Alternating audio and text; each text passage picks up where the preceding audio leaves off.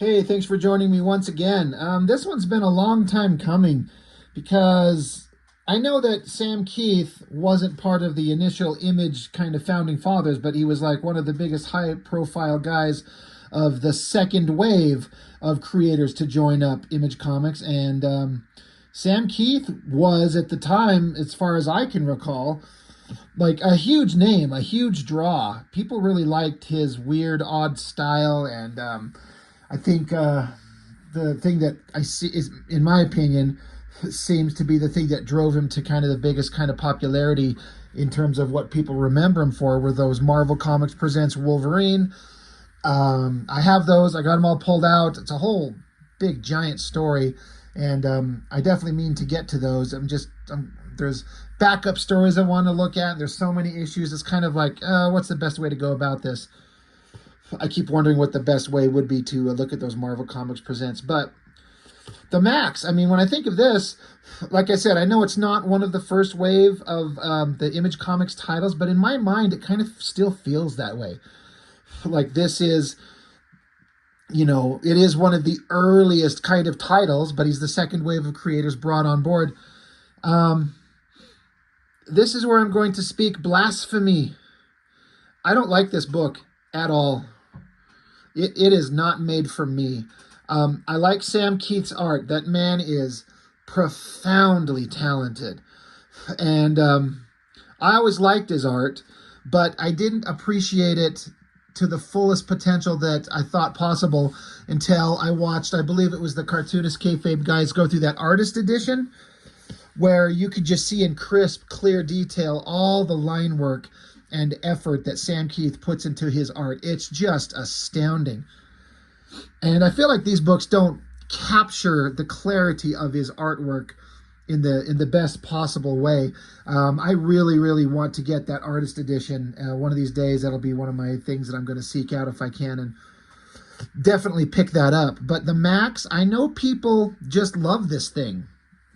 I don't think it was ever as big a high profile a book as all the others. I mean, for as awesome as Sam Keith is, he's not Jim, Todd, or Rob.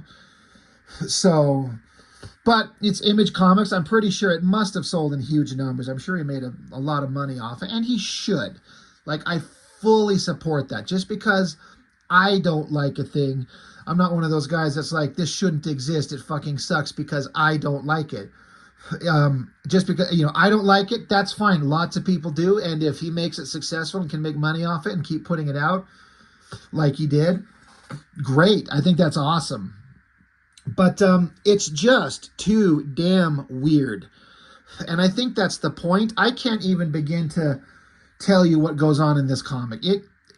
I do not get it. And I think that's the point. Sam Keith is definitely a weird guy, and I'm not saying that to be insulting. Like, I've never heard a negative thing about the guy, not once, ever. He likes to do weird, quirky things. When you look at his art, the way he draws bodies, it is the furthest thing from a standard superhero figure. Or like just look at this thing. I imagine if I were to take this book to my roommate back in the room in there and show this to her, I'd be like, what are you looking at? She might be like, I don't fucking know. I do not have a clue. I don't get it. And I don't mind an artist that takes really strange proportions and pushes them to a really weird degree to make something that stands out. I completely get that. I completely support it. All comic books do not have to be the same. All Image comics do not have to look the same. I really think it's awesome to have something that looks very different. And if you can find your audience for it, all the better. But as far as my personal interests and my personal tastes, this book is, I collected it for quite a while because it was one of those, like, for some reason I could afford to keep collecting it. And it was like, it's those Image Comics things, and the art's kind of good, and I may not understand what the fuck is going on, but I just kept collecting. And eventually I just was like, why am I doing this? I don't know how many issues the book actually went, but I seem to feel like I've got quite the pile of them. But I can't tell you anything that happens in these. Like I could recite to you from memory everything that happens in Youngblood #1 or Spawn or Wildcats or Savage Dragon and several issues into it. I can't tell you a single goddamn thing that happened in these. It's too weird.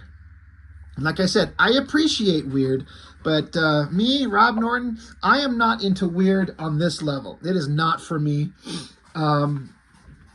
So, you know, I'm not going to be able to talk to you too much about the story. We can admire the art, and that's not hard to do.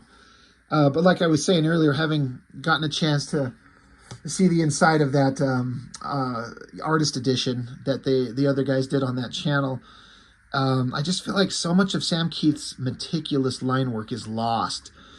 His rendering, his cross-hatching, his understanding of light and shadow and form, he is really good. But Sam Keith unleashed. This is too weird. And again, this is weird because I didn't pay attention. I didn't notice. Not once did I notice, to my recollection, until the kayfabe guys looked through it. And I could be wrong. One of them, I think it was Jim Rugg, pointed out this weird fucking panel border design. What is the point besides being weird? I mean, I would really like somebody to explain to me.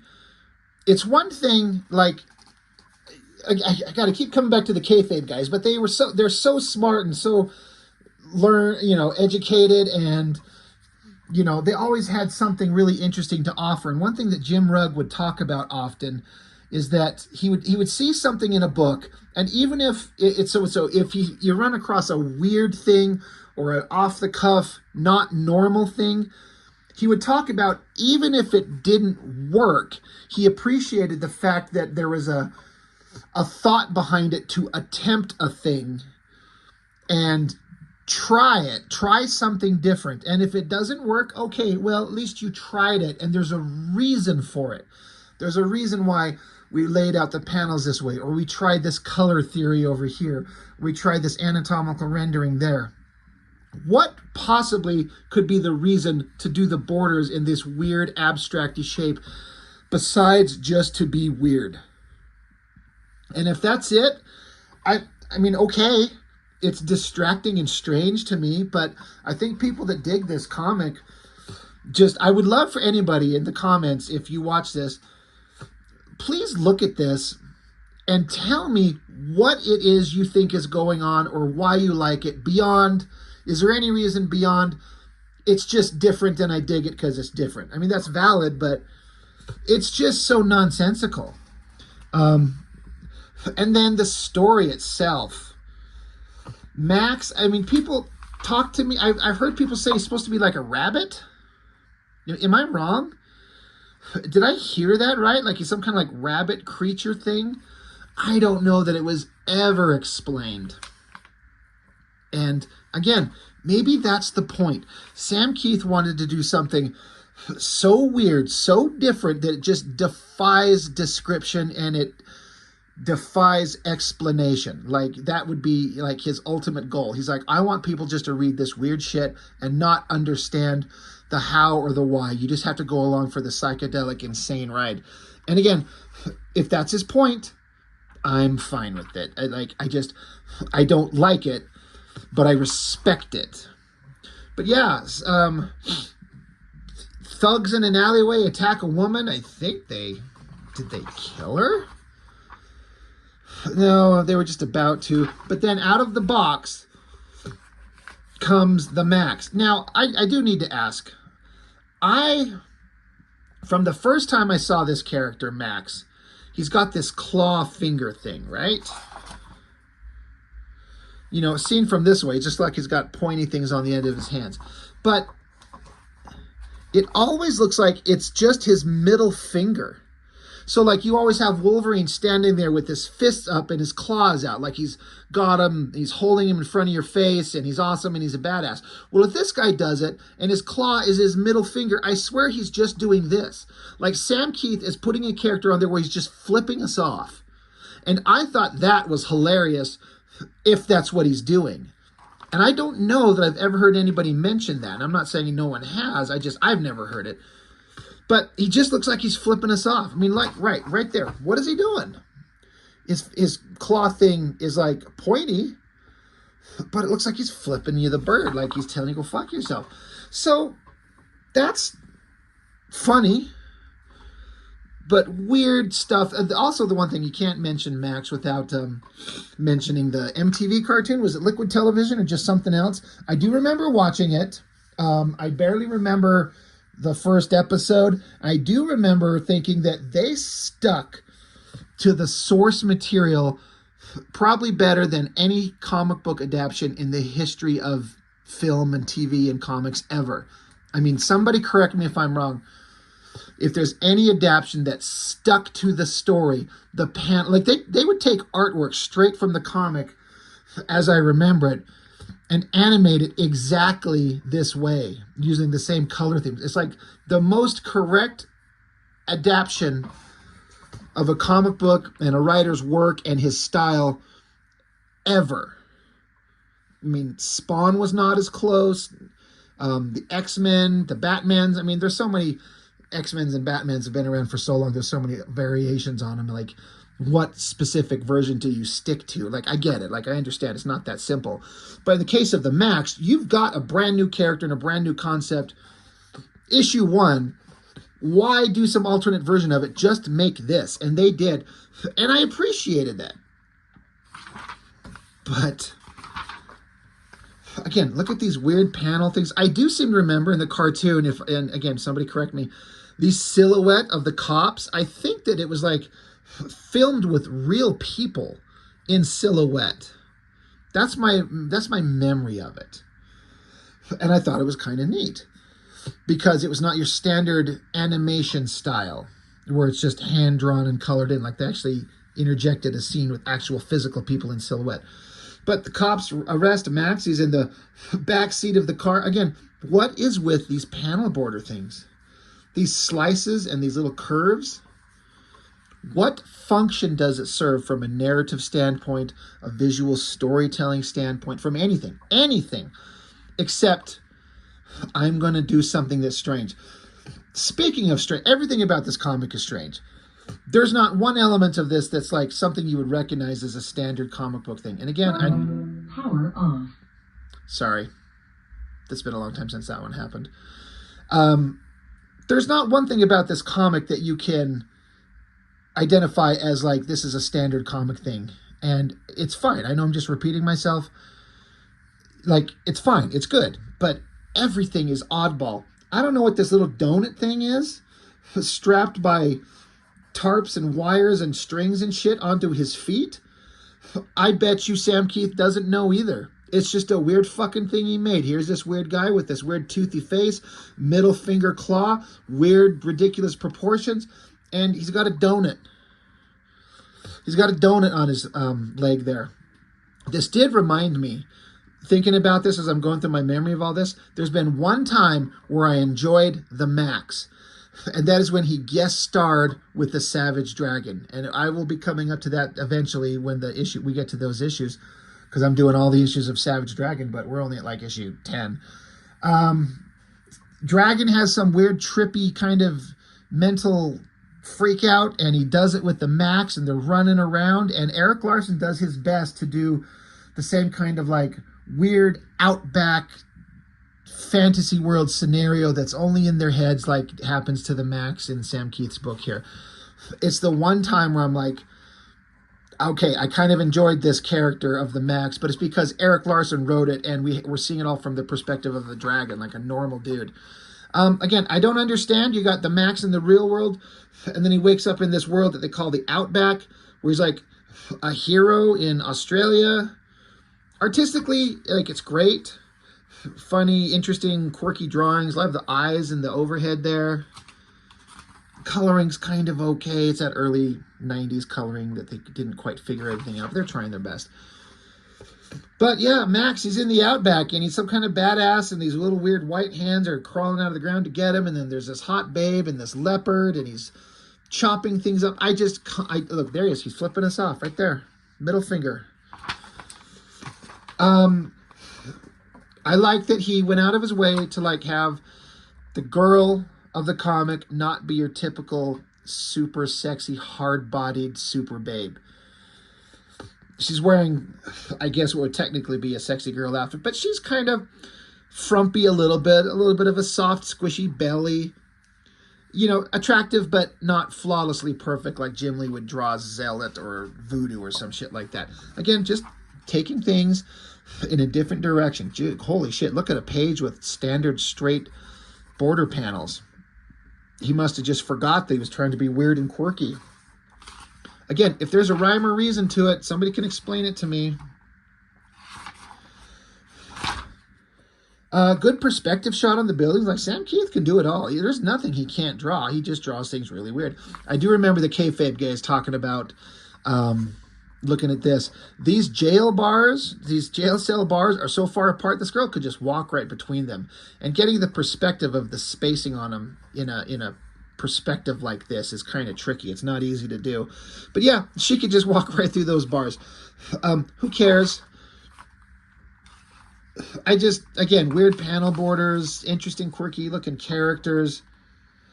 I do think that this scene of, what is it, Mr. Gone, where this tilted panel, you know, off to the side, and his cloak thing is like oozing over the ground as he's like coming towards her, and these little creatures, is that what they are? IZ?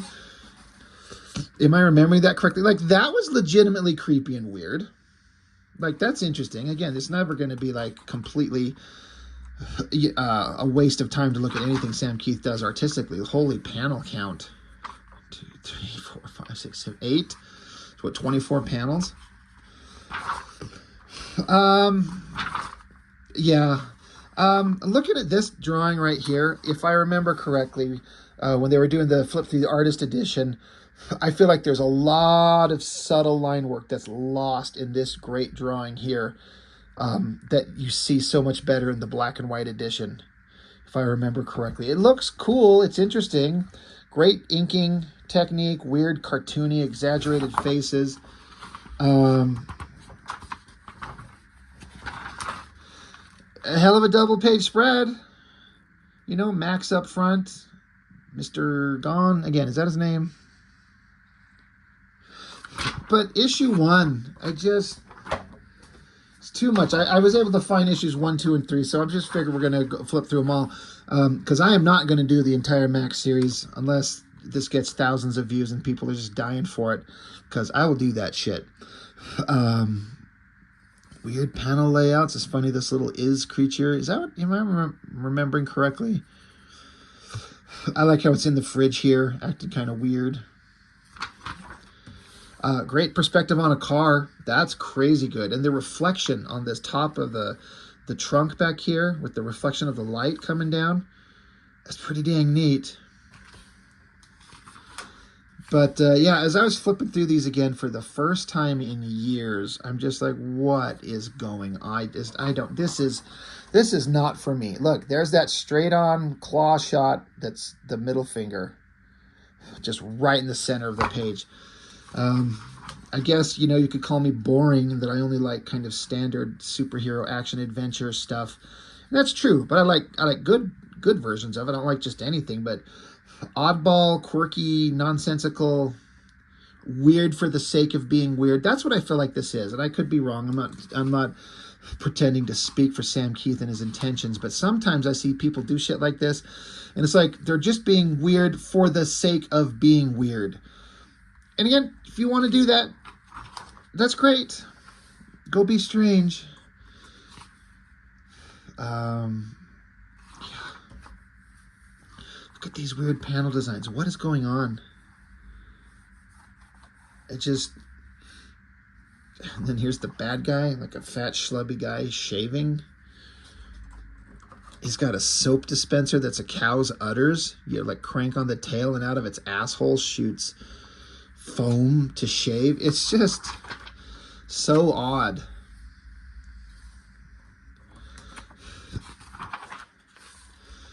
Great lighting, great silhouettes. Look at this panel layout of this thing here, but then it curves down into this here. You not see that anywhere. And that one I kind of like, how it's a couple images linked together, but it's one odd shape. It's kind of interesting.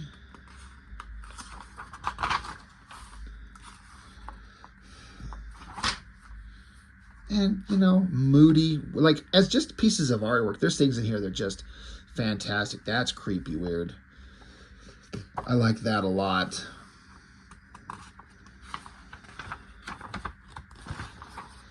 But yeah, that's the end of issue 2. Just strange, strange, strange. Union, done that. Dooms 4, I have those. We'll get into those, but we don't want to have too much Liefeld content in 1 month. It'll make people's heads explode. Issue 3, I kind of think that's a neat cover for the weird shape of his face and his teeth and whatever he is. I like the rain.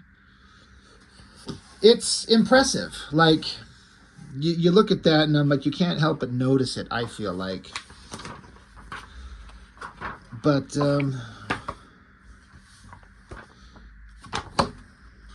yeah. Interesting panel layouts. Don't mind all those. 1993 is when this came out. God, I was in 10th grade. Good Lord. I always forget how old these things are and how long it's been since they've been out and how young I was. I think I definitely found more enjoyment in when Maxx was in the Outback, because it's just some weird fantasy world, not crisscrossing back between the real world, that doesn't make any sense, and the Outback world, which is like, what is this? This giant flying whale thing just floating through the air. It's an air whale, but I think in the real world, it's just like a blimp. So it's like Maxx is just some weird mutant creature that's lost in his head of insanity, and he sees a blimp, but in his mind he's in this Australian outback, and it's just he sees a flying whale, but it's just a blimp in the sky. So again, I don't understand it at all. I do not get this. Look at him. Look at the double hands. Like, that's what he's doing, right? It's just great. These weird shaped little creatures with just like mouths full of teeth and then cartoony little hands and feet. Big awesome shot of Maxx doing whatever the hell.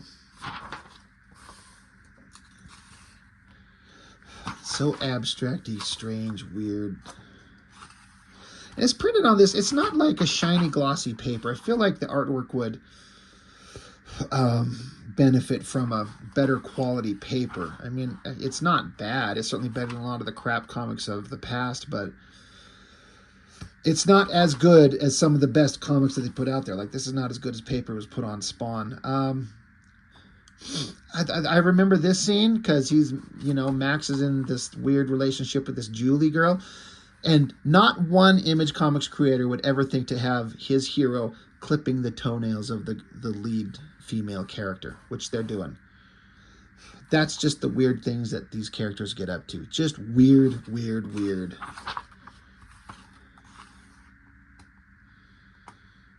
So, yeah, end of issue 3. Youngblood, Bloodshot, boring. The mask comes off, boring. Letters pages, I'm sure people loved it. Mike Grell's Shaman's Tears. My buddy, he's got his own channel, Blood Force Mitch. He just went through and did Shaman's Tears, just barely. What a mismatch of like character and creator for Image Comics. It just, I don't think it worked.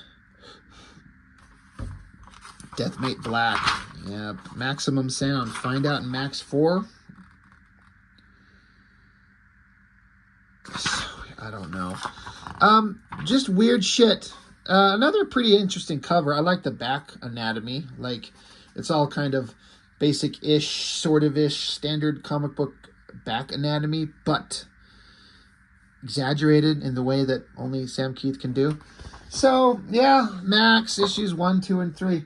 Like I said, I know I didn't tell you anything about the story because I can't. There is impossible for me to decipher this stuff, and I do not have the time to read it and then try to mull it over in my head and come up with like a narrative explanation. It defies explanation. Not for me. But I hope that Sam Keith is. I'm pretty sure he's still alive, right? Like he's still alive. I don't know that he's drawing anything, which I find it really unfortunate for a guy that's so good at drawing and spent his entire career doing comics. It's just these guys that just go up and vanish. But also, maybe he's a guy, he made enough money and he doesn't need to do anything. He doesn't need to deal with like trying to put work out there. So he just does whatever he wants for himself, when he wants, how he wants. And that sounds like kind of like a dream. I would hope that he's happy and content. But I can't imagine a world where me personally, even if I made a shit ton of money, I don't have to chase anything to like artistically to survive financially, where I made enough money that I'm actually set for life. But I don't imagine a world where I'm not drawing something. But that's just me at my point in my life. Sam Keith has had a long career and maybe just burned it out and he's done. I don't know. Anybody who knows, anybody got any kind of information on what Sam Keith is doing? Where is he at? What's his mindset? What is he doing these days? Why doesn't he draw anything? Or if he does, am I just missing it? I don't know. Always seemed like a nice guy, kind of like a neat, interesting dude. And he made the book that he wanted. He clearly had a very oddball vision. And, you know, like I said, I hope he was extremely financially successful with it, because he deserves to be, because he's a really good artist. And if you put work out there and people buy it and they want to pay money for it, do it. Get your money. You know, you deserve it. So, but not for me. Too goddamn weird. I don't like it at all. So that's it. That's all I've got. Thanks for watching. I do appreciate it. I'll see you next time.